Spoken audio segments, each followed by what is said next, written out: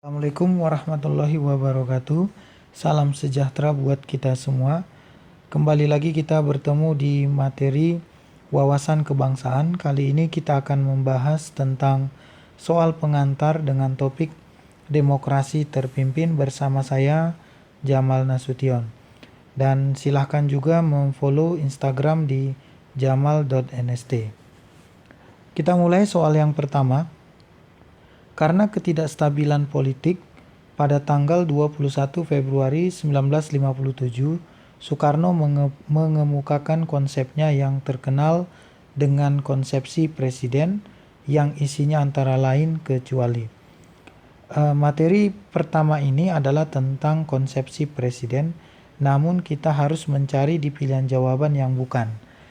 Konsepsi presiden atau juga bisa dikatakan dengan usulan presiden yang disampaikan atau dikemukakan di tahun 1957 terdiri dari 3 konsep pokok utama, yakni yang pertama adalah demokrasi terpimpin. Demokrasi terpimpin. Yang kedua adalah kabinet gotong royong. Dan yang ketiga adalah adanya Dewan Nasional, pembentukan Dewan Nasional. Dari ketiga pokok konsepsi presiden ini, kita lihat di opsi jawabannya. A. Sistem demokrasi liberal akan diganti dengan demokrasi terpimpin. Ini benar. B.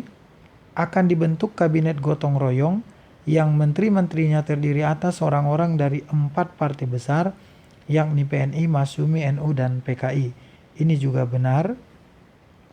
Pembentukan Dewan Nasional yang terdiri atas golongan-golongan fungsional dalam masyarakat juga benar.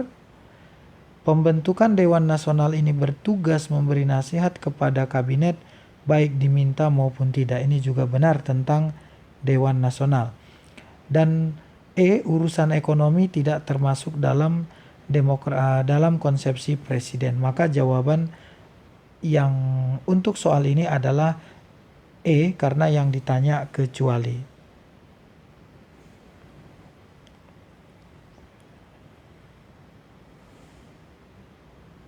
Soal berikutnya, sistem demokrasi liberal ternyata membawa akibat yang kurang menguntungkan bagi stabilitas politik sehingga dikeluarkan Dekret Presiden 5 Juli 1959. Latar belakang keluarnya Dekret Presiden tersebut adalah, jadi demokrasi liberal ini adalah demokrasi yang pernah dianut oleh Indonesia dari tahun 1950 hingga tahun 1959.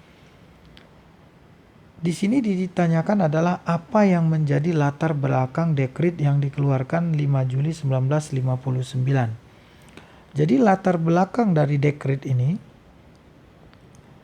latar belakang dekret presiden ini ada beberapa, tetapi pada hal pokoknya adalah karena adanya ketidakstabilan atau negara dalam kondisi darurat. Negara dalam kondisi darurat atau disebut juga kondisi yang starts not drag. Kenapa terjadi kondisi bahaya atau starts not drag di Indonesia saat itu? Ini dikarenakan adalah karena perdebatan Dewan Konstituante. Jadi Dewan Konstituante yang bertugas untuk membuat undang-undang, ini terus terjadi perdebatan yang berkepanjangan sehingga undang-undang tersebut tidak selesai dikerjakan oleh Dewan Konstituante. Kalau dilihat dari pilihan jawaban, tekanan dari negara-negara asing ini tidak ada korelasinya dengan dekret. Indonesia dilanda krisis moral, tidak juga. Tapi kalau Indonesia banyak terjadi pemberontakan di daerah, itu juga masuk salah satu dari kondisi darurat atau bahaya. Ingin menegakkan demokrasi yang sebenarnya tidak sesuai dengan harapan DPR, ini juga tidak ada hubungannya. Kegagalan konstituante membuat undang-undang dasar yang baru. Jadi karena perdebatan ini sehingga undang-undang dasar yang baru ini tidak kunjung selesai dibuat oleh Dewan Konstituante. Maka jawaban untuk soal ini adalah yang E.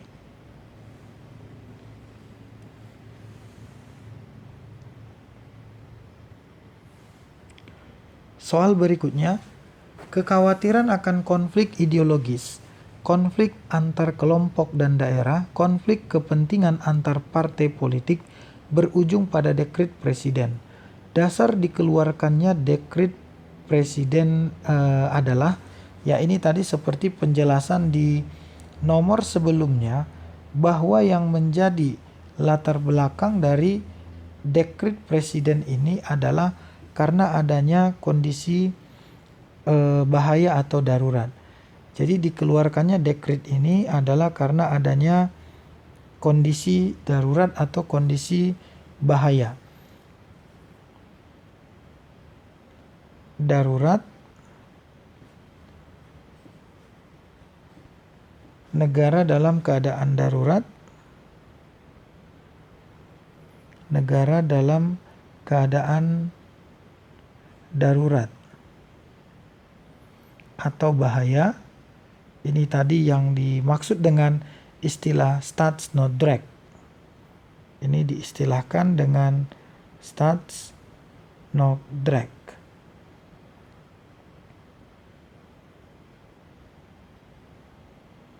Jadi kalau kita perhatikan di pilihan jawaban, Staatsnoodrecht yang dimaksud adalah pilihan yang A. Jadi jawaban soal ini adalah yang A. Kita lanjutkan ke soal yang berikutnya. Berikut ini bukan nama dari kabinet demokrasi terpimpin. Jadi kabinet di demokrasi terpimpin itu ada sampai 3 kali pergantian. Kabinet yang pertama, kabinet demokrasi terpimpin, terdiri dari 1. Kabinet gotong royong. Kabinet gotong royong. Jadi kabinet gotong royong sering juga disebut dengan kabinet kaki 4. Maksudnya kaki 4 karena dia terdiri dari 4 partai, yakni Partai PNI, Partai Masyumi, Partai Nahdlatul Ulama, dan PKI sebagai pemenang pemilu di tahun 55. Sehingga disebut kabinet gotong royong atau kabinet kaki 4 yang dimulai digagas sejak tahun 1957. Yang kedua, kabinet yang kedua adalah kabinet kerja. Kabinet kerja 1 sampai kabinet kerja 4, yakni dari tahun 59 hingga tahun 1964. Dan kabinet yang ketiga adalah kabinet Dwi Kora. Kabinet Dwi Kora ini adalah kabinet dari yang 1 sampai ketiga. Ini dimulai dari tahun 64 hingga berakhirnya kekuasaan Soekarno tahun 66. Jadi kalau diperhatikan ke opsi jawaban, kabinet Ampera atau Amanat Penderitaan Rakyat bukan. Ini adalah kabinet era Soeharto.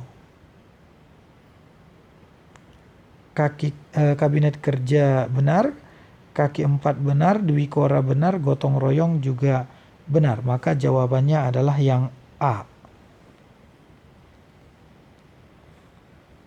Soal berikutnya, pasca dikeluarkannya dekret Presiden 5 Juli 1959, Indonesia menganut demokrasi terpimpin. Beberapa ciri demokrasi terpimpin sebagai berikut kecuali. Di demokrasi terpimpin ini berpengertian bahwa kekuasaan ada di satu orang atau dipimpin oleh satu orang. Di mana ciri-ciri demokrasi ini tentu kekuasaan presiden di sini sangat besar atau sangat kuat. Kemudian peranan ABRI juga besar. Peranan ABRI dan komunis ini sangat besar. Kemudian yang berikutnya adalah bahwa tidak berfungsinya lembaga tertinggi dan tinggi negara. Kenapa? Karena presiden di sini membubarkan DPR dan konstituante hasil pemilu tahun 1955. Kemudian juga presiden melalui dekretnya membentuk MPRS dan DPAS. Ya, itu adalah beberapa ciri atau hal-hal yang terjadi di demokrasi terpimpin.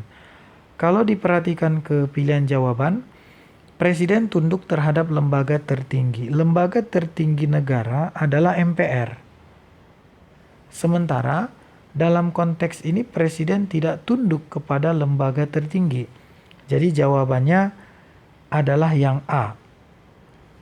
Karena yang ditanya kecuali. Bagaimana dengan pilihan lain? Dominasi presiden kuat, benar. Tidak berfungsinya lembaga tertinggi dan tinggi, ya tentu benar karena sudah dibubarkan. Berkembangnya komunis dan besarnya peranan ABRI. Maka jawaban soal ini adalah yang A.